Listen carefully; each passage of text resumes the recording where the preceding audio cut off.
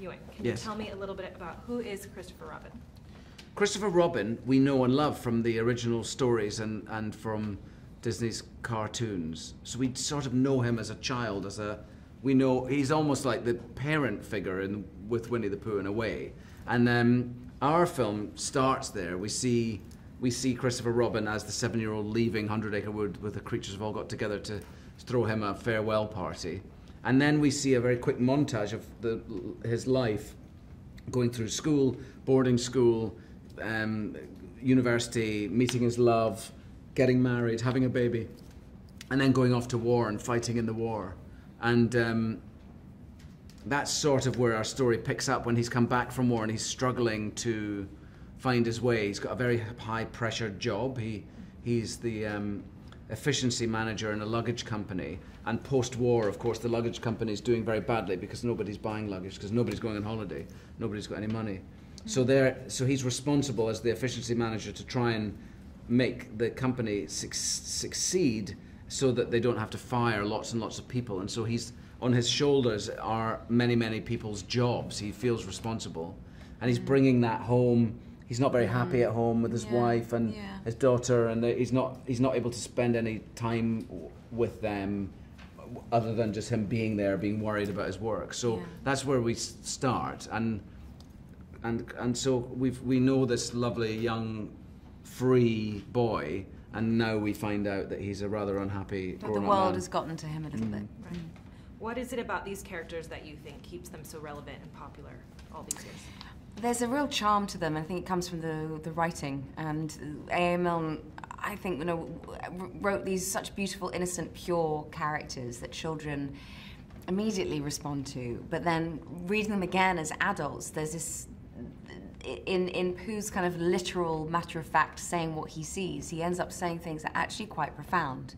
And in them also have kind of witticisms, and there's a humour in the writing that I think adults can see more so than children, so they can relate to it in that sense. And I think it's just the purity of connection between something that just loves you and wants to hang out and not do anything with you, and that itself being enough.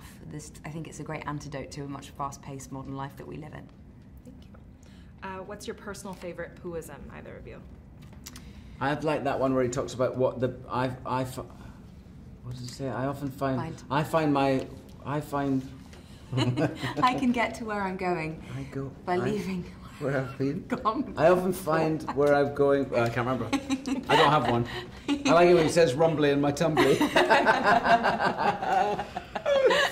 I like the one where I love the Poohism I love is people say nothing's impossible, but I do nothing every day. And a classic example of a bear who says something in quite a naive way, but actually it's quite profound, because I think today it's quite hard to do nothing. It's quite hard to sit there and not do anything. Yeah.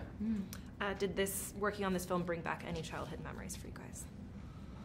Yes, I spent a lot of time in the wood. I come from a very small town in Scotland, in a town called Crieff, and it's built on a hillside that's surrounded by this woodland. And so I spent a lot of time in a wood when I was a kid, just knocking about with my friends or on my own with my dog or whatever, and sort of making up games and just I don't know what we did, but we spent our whole summer holidays in there. I'd leave in the morning and I'd come home at night, and my parents, I have no idea what I'd been up to. And it didn't matter. Didn't matter. Time, no concept of time. Long days. I found that. I remember summers growing up in Kansas City, where my father's side of the family are from, and similar to you, and of going outside and just hanging out with kids in the neighborhood, and not really particularly doing anything, but going from kind of yard to yard and just walking around and seeing who we could see and say hi to people, and just playing and spotting lightning bugs just at night time. And it was just the sense of kind of the summer's never ending and everything expanding. It was beautiful.